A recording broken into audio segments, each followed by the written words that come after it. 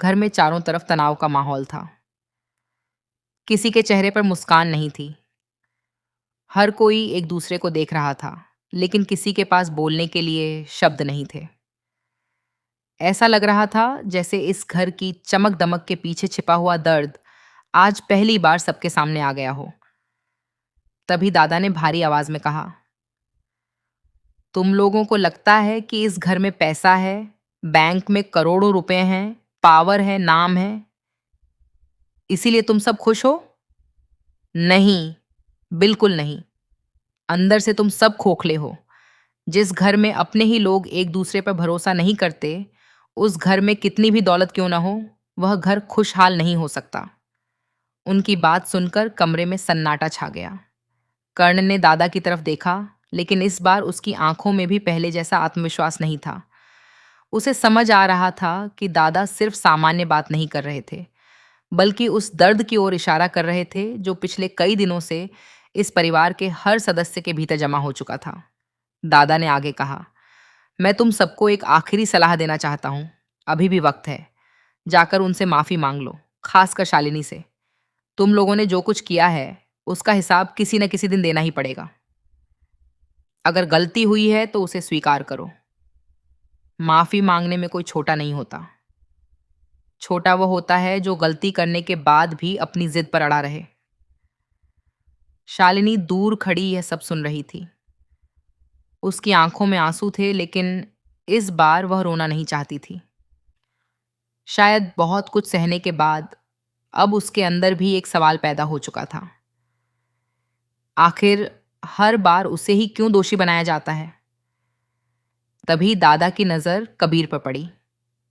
दादा ने कहा, और कबीर, तुम्हें भी कुछ कहना है?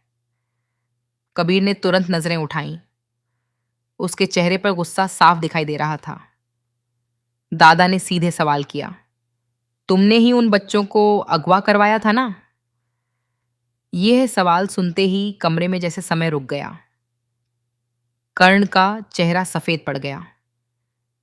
मनीष ने हैरानी से कबीर की तरफ देखा और शालिनी की सांसें अटक गईं। कबीर कुछ सेकंड तक चुप रहा। उसकी आंखों में डर नहीं था, बल्कि एक अजीब सा गुस्सा था। उसने धीरे से कहा, आपको जो समझना है समझिए। दादा ने तुरंत कहा, मैं समझना नहीं चाहता, मैं सच जानना चाहता हूं। उन बच्चों ने तुम्हारा क्या बिगाड़ा था? उन्होंने तुम्हारा क्या छीन लिया था? तुमने उनके साथ ऐसा क्यों किया? कबीर ने दांत भींचते हुए कहा, बस बहुत हो गया। हर कोई मुझे ही गलत समझता है। कोई यह जानने की कोशिश नहीं करता कि मैंने ऐसा क्यों किया। शालिनी ने कांपती आवाज में कहा, अगर तुम्हारे पास कोई वजह थी तो तुमने हमें क्यों नहीं बताया? बच्चों को बीच में क्यों लाए? कबीर ने उसकी तरफ देखा और कहा, क्योंकि तुम लोग मेरी बात कभी नहीं सुनते। दादा ने गुस्से में जवाब दिया, बात सुनना अलग चीज है और किसी मासूम को नुकसान पहुंचाना अलग। कोई भी वजह किसी बच्चे के साथ गलत करने का अधिकार नहीं देती। यह सुनकर कबीर का गुस्सा और बढ़ गया। उसने कहा, अगर जरूरत पड़ी तो मैं उन सबको मार दूंगा। यह सुनते ही कर्ण चीख पड़ा, कबीर! पूरा कमरा हिल गया। कर्ण अपने बेटे की तरफ बढ़ा और बोला, तुम्हें अंदाजा भी है कि तुम क्या कह रहे हो? कबीर ने बिना झिझक जवाब दिया, हाँ, मुझे पूरा अंदाजा है। कर्ण कुछ पल के लिए अपने बेटे को देखता रहा। जिस बेटे को उसने हमेशा अपनी ताकत समझा था, आज वही बेटा उसके सामने सबसे बड़ा खतरा बनकर खड़ा था। मनीष ने कर्ण के पास आकर धीमी आवाज में कहा, मिस्टर करण कुलकर्णी, आपने सुना? आपका बेटा क्या कह रहा है? अगर इसे अभी नहीं रोका गया तो बात बहुत आगे जा सकती है। कर्ण ने परेशान होकर कहा, मैं क्या करूं? मैंने इसे कई बार समझाने की कोशिश की है, लेकिन यह किसी की बात सुनता ही नहीं, न मेरी न किसी और की। तभी दादा ने कहा, क्योंकि तुमने इसे कभी उसकी गलती का एहसास कराया ही नहीं। हर बार उसके गुस्से को ताकत समझा, हर बार उसकी जिद को उसका अधिकार समझा। आज उसी का नतीजा तुम्हारे सामने है। कर्ण के पास कोई जवाब नहीं था। तभी कमरे के दूसरे कोने से नम्रता की आवाज आई, यह सब मेरी वजह से नहीं हुआ है।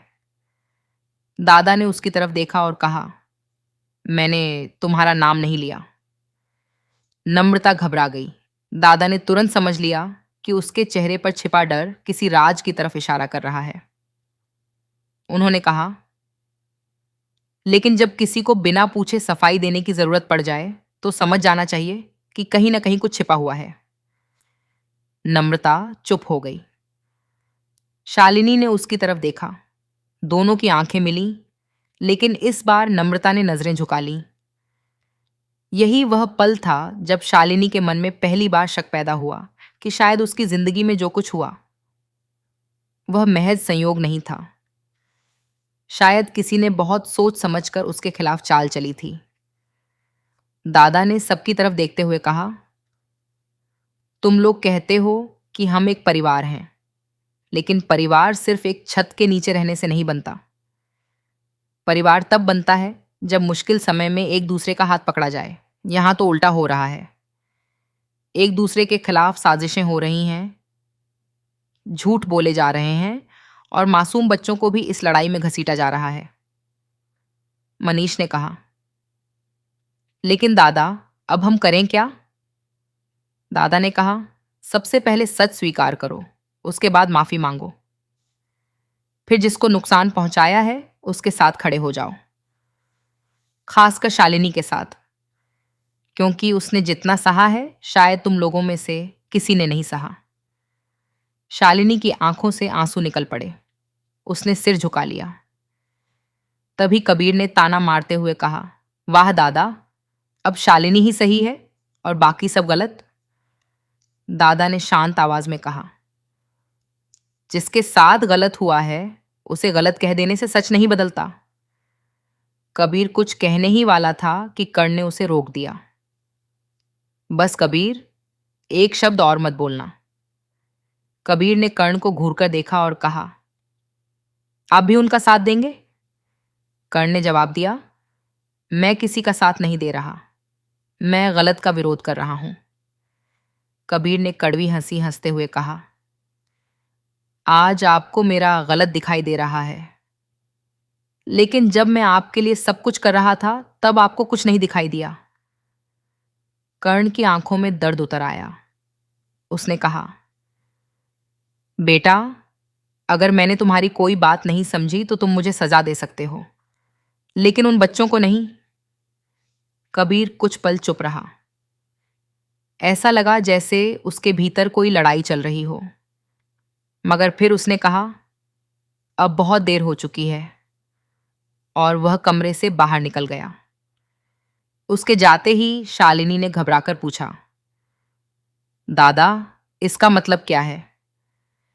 क्या कबीर सच में बच्चों को नुकसान पहुंचा सकता है? दादा ने गंभीर होकर कहा, अगर हम उसे समय रहते नहीं रोक पाए तो खतरा बढ़ सकता है। कर्ण तुरंत कबीर के पीछे जाने लगा, लेकिन तभी दादा ने उसका हाथ पकड़ लिया और कहा, उसे अकेला मत छोड़ना, लेकिन उसके पीछे अंधे होकर मत जाना। उसके गुस्से के पीछे कोई और राज भी हो सकता है। कर्ण ने हैरानी से पूछा, आप कहना क्या चाहते हैं?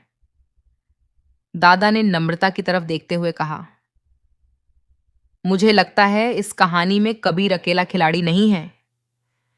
नम्रता का चेहरा अचानक उतर गया। शालिनी ने यह बात सुन ली थी। उसने तुरंत नम्रता की तरफ कदम बढ़ाए और पूछा, दादा, किसकी बात कर रहे हैं? नम्रता ने घबराकर कहा, मुझे नहीं पता। शालिनी ने कहा, लेकिन मुझे लगता है तुम्हें पता है। तभी अचानक बाहर से किसी के चीखने की आवाज आई। सब लोग दौड़कर बाहर पहुंचे। वहां एक कागज जमीन पर पड़ा था। कर्ण ने उसे उठाया। कागज पर सिर्फ एक लाइन लिखी थी, जिसे तुम अपना दुश्मन समझ रहे हो, असली खेल उसके पीछे खड़ा इंसान खेल रहा है। यह पढ़ते ही सबके चेहरे बदल गए। अब सवाल सिर्फ कबीर का नहीं था। सवाल यह था कि आखिर कबीर को कौन चला रहा था और उस संदेश को घर के अंदर कौन छोड़कर गया था।